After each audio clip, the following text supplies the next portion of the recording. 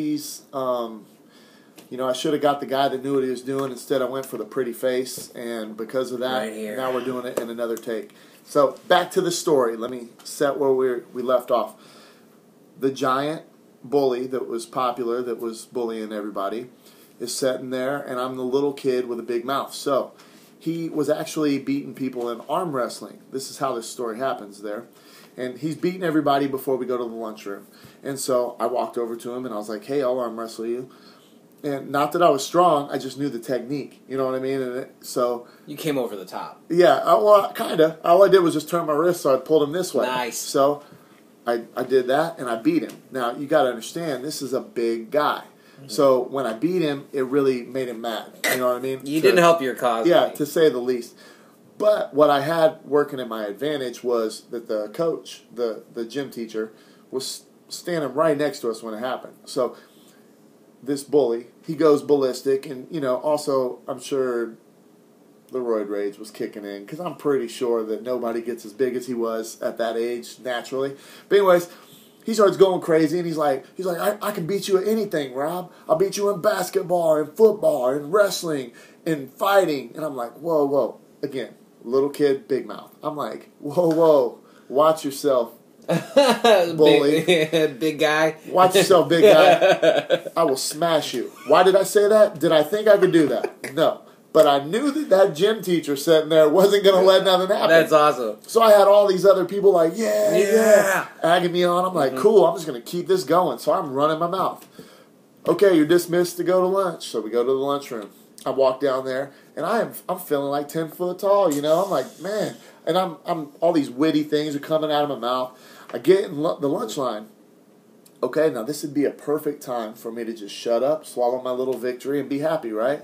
No, I'm going to get everything I can get out of it. Swagger. So he was sitting there, and he's kind of being crazy, saying, oh, I'm going to do this, I'm going to do that. And I'm like, hey, dude, watch yourself. I mean, get me mad. Who knows what's going to happen. So I go eat my lunch. I'm still feeling like a champion. Time to go dress out to go play basketball, right?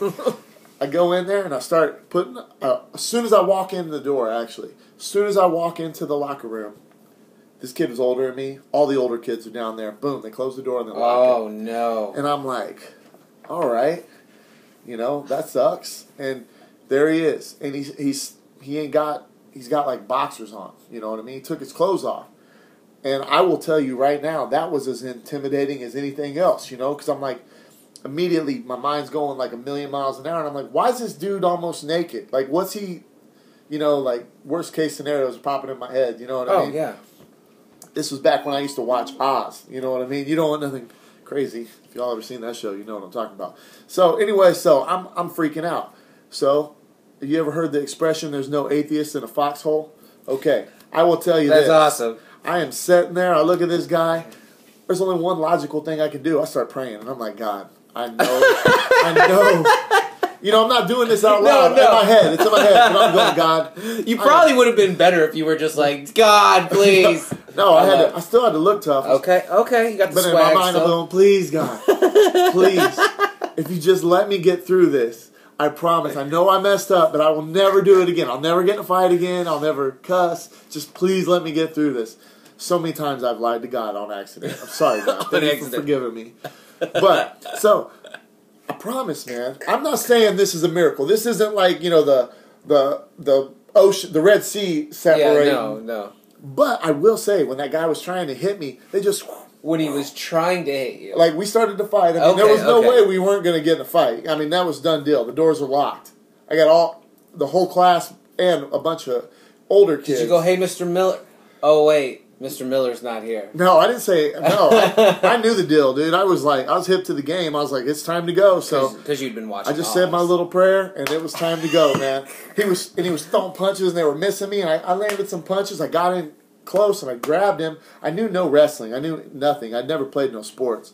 And I picked this guy up, and I just happened to take him down. Well, there at our school, we had these benches that came out. It was a concrete floor, but the wooden benches, and his head bounced off of the bench, Nice. and when it kind of stunned him, so I just jumped on his back and just started throwing hooks on him.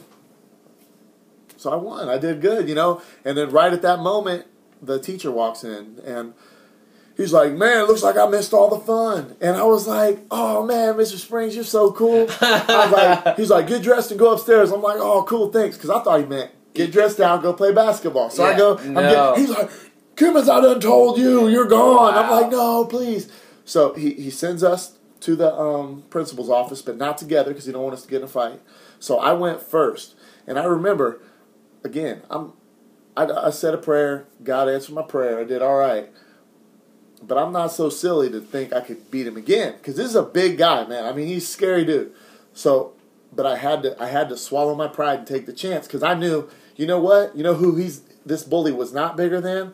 My dad. And if I get kicked out of school, my dad's going to smash me. So, gotcha. So I walked halfway down to the office and I just waited. And then here comes the bully. And I'm like, listen, man. Hey, we got to say we weren't fighting. You know, I went to a college prep school. You get in one fight, you're gone. So I was like, hey, you know, we've got to say that we were doing something else. And I was like, I knew he was a wrestler. So I said, let's just pretend that we were practicing for wrestling. And he's like, well, you got to tell everybody it was a tie. I'm like, deal. Done. Because for one, I knew everybody watched it. So I didn't have to say nothing. Everyone was going to be telling everybody what happened. So we go into the principal's office. We're sitting there, and I remember this guy, man. He was so cool. I mean, he told me a story, right? Because he was acting like he was going to kick us out, but he was trying to give us like a life lesson, you know? And he said, you know, he told us, I'll cut to the end of it. He told this story of, you know, him stealing something and years later apologizing to the guy for it. And he said, I don't make mountains out of molehills. He said, so you guys got another chance. And I was like, oh, thank you so much. And I was getting ready to leave. And he said, but Kimmons, I better see you on the wrestling mat this year. And that changed my life. It changed the whole way that I think I would have went because I didn't want to wrestle. I thought it was stupid. You know, they wore the singlets, and I was like, ugh, I ain't wearing that. Hey, I fell in love with it as soon as I did it. My first year, I made honorable mention All-Kansas. My second year, I was first team All-Kansas. And, you know, that's what got me into fighting. That's what got me. I was the first MMA fight in Missouri, first sanctioned MMA fight. I was the first guy to go to the UFC from here, from Kansas City, and win. You know, I mean, world championship, 6 titles later, you know, career, got my own Perseverance MMA. And, you know, I mean, I was, in a way, that bully picking on me was the best thing that could have happened. And not because there was a bully picking on me, but because I found something in myself to overcome that challenge, that hurdle in my life. And it made me better than I was before. Well, and you get to teach the kids that come to your classes, hey, there's always someone bigger out there. Exactly. And that's the thing. Hey, and I'm not going to pretend like every single person can defend themselves against whatever bully. But that's why I teach all the kids in my class.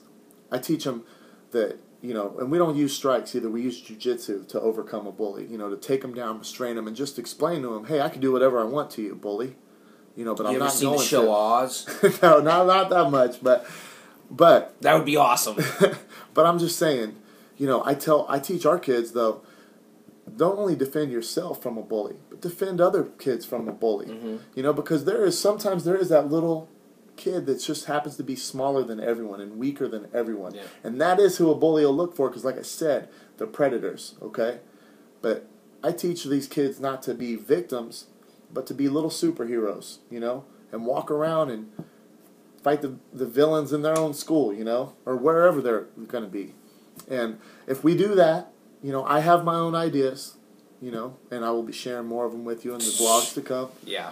But I feel like not only can we make our kids, you know, their schools safer, but it becomes, I mean, and it sounds silly, but it becomes a better world. We're making everything better. And when we stop blaming everyone else for our problems and instead we overcome our problems, and bullying that's what it is. It's just one other problem. We improve ourselves and everyone around us. Okay. Well, and the thing, not taking the right approach because everyone's approach is different. But like everyone has to be sensitive. No, you can say what you want. Right. But realize that there are the consequences to those actions. that, you might be upsetting someone, or you might, like you said, you might pick a dude up and throw him on a concrete thing. Like that's what I think people need to understand, is that you don't have to, it doesn't have to be a PC world. You don't have to be politically correct. You don't have to, right. You can say things and you can be funny and everything can be made fun of. But just in the right way, in not making yourself hurt someone else's pride, feelings, and those sort of things like that, right?